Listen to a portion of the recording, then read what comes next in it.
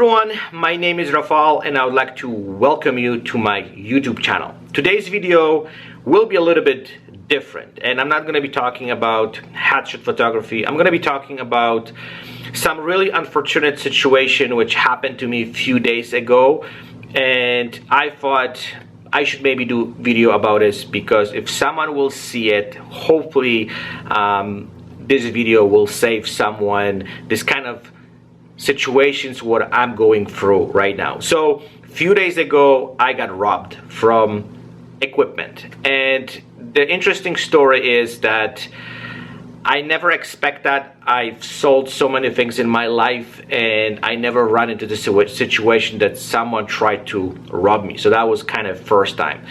Having said that, I have to say that there are so many red flags along the way that lead to this situation. And unfortunately, I ignored them. I was just, I don't know, thinking about something else. I was thinking about, making the sale. And even though after when this whole thing happened, I look and analyze this whole thing, it was obvious and clear I was just getting into big problems. So I cannot really share the whole thing.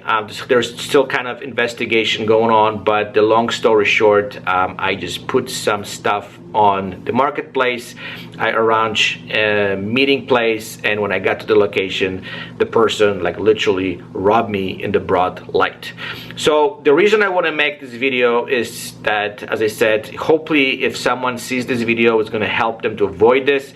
And also, I thought if I would have those informations beforehand, or I would be a little bit more aware, I would probably be more cautious about this whole thing. So I want to discuss this, what stuff I've done wrong, because there are so many things which should be kind of looked into, and I would completely avoid the situation. So the first thing is, if you're gonna put some stuff on the market and you're going to try to sell it, and someone approaches you to buy stuff or something, whatever you put on the marketplace, check these people's identity. If they have Facebook account, Instagram account, there's a Google, you can always track and see who these people are. If they have a Facebook account, like there is two friends, or this account was created, let's say 2 weeks ago, it's a big red flag that there is something fishy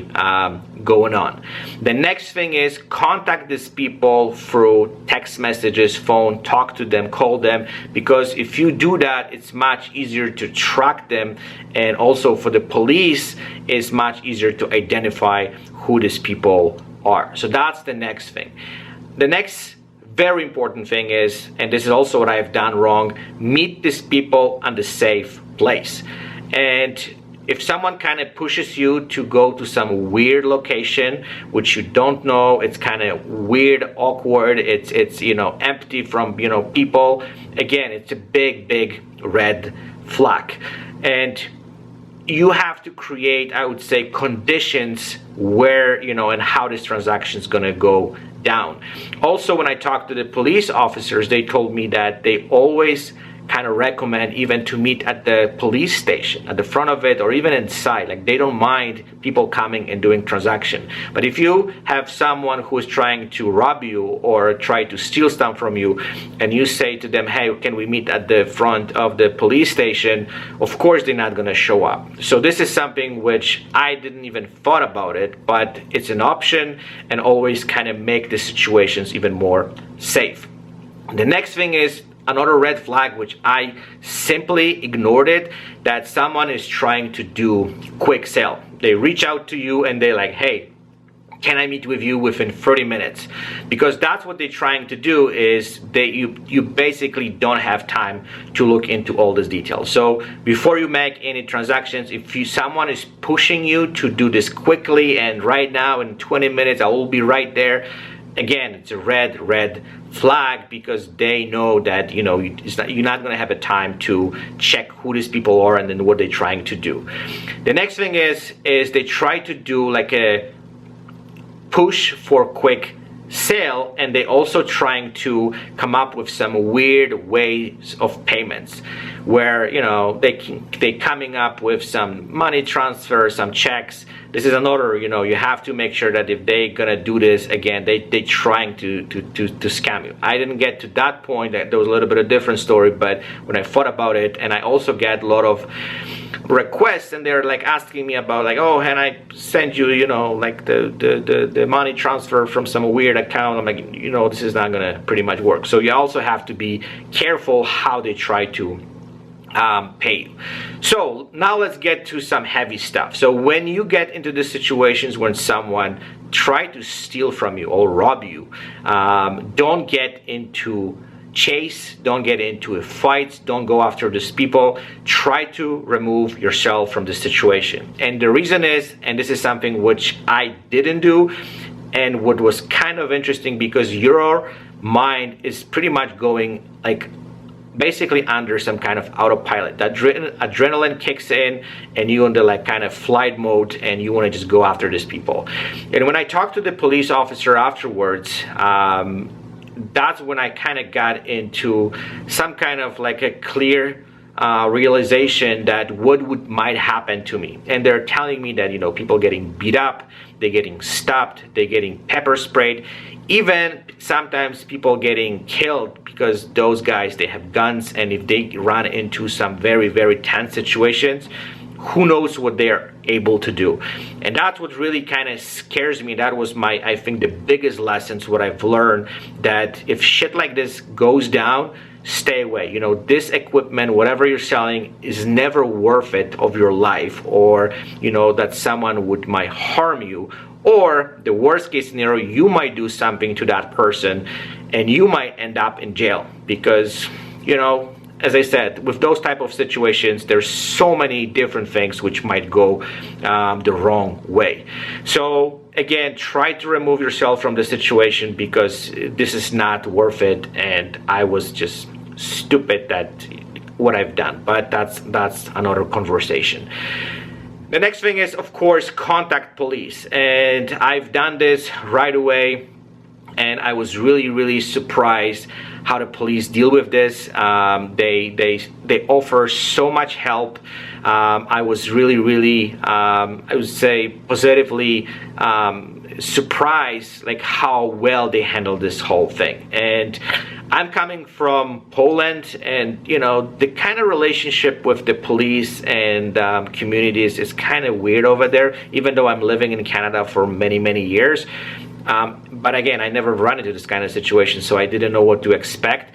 But the police was on it. They offer help. They came to my place, and then they told me so many things, which definitely also opened my eyes on so many different things, and how I can handle and how I can actually go from there. If I'm gonna decide to, you know, sell something online, whatever, then they gave me so many resources, so I can look into this and just kind of a little bit more aware about how to even approach this thing. Because as I mentioned before, if something like this never happened to you before, you're completely oblivious what might happen.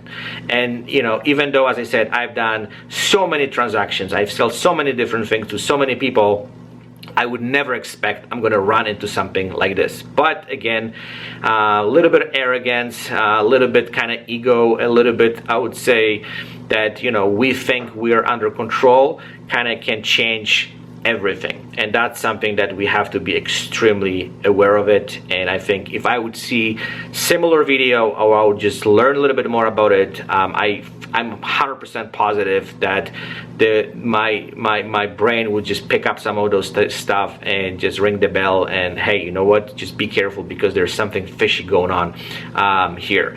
So the next thing what I want to talk about it is, of course, there's some precautions, like, you know, getting insurance.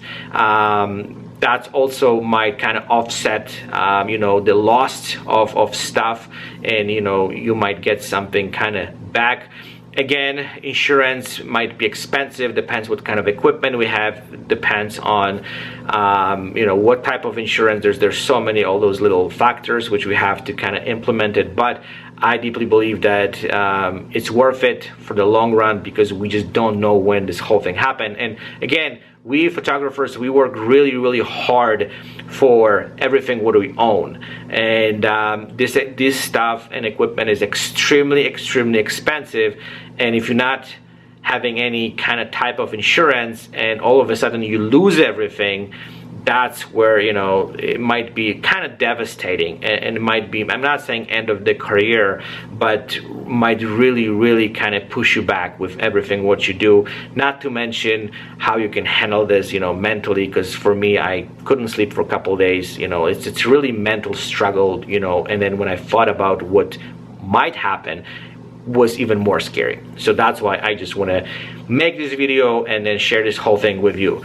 And the last thing is, and of course sometimes it's impossible, but if you're gonna go to any type of sales, take a friend with you.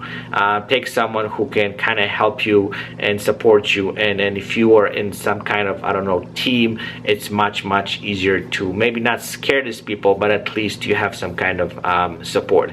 And again, the most important thing before you get into any sales or buys, whatever, you know, do your homework and just do all those things what I was trying to mention to kind of be safe and don't get into those type of situations. We're living in a crazy world. I think the pandemic, and I don't want to blame on this, but the economy all over the world is upside down these days, and there's so many people who are trying to get hands on any type of, you know, money. Doesn't matter is this, they do this the legal way or the illegal way, but when I talk again to the police officers, it's a huge problem. So people have to be very careful, and we have to somehow make sure that, you know, we're not gonna run into those situations, and there's always some red flags, there's no question about it. We just have to pick them up and make sure that whatever we're doing this a safe way, and we're not gonna kind of get in any trouble. So I hope this video was interesting. Again, I wasn't sure if I shouldn't even do it, but I think, well, we'll see. I hope if I can save someone from getting robbed, that's gonna do the justice, and that's gonna make me super happy. So that's why I've decided to do it. So thank you again for watching. If you have any comments, please feel free to reach out to me, or just put some information down in the descriptions. I would love to hear back from you. And yeah, thank you for watching. Stay tuned. I'll chat with you guys the next few days. Take care, and bye-bye.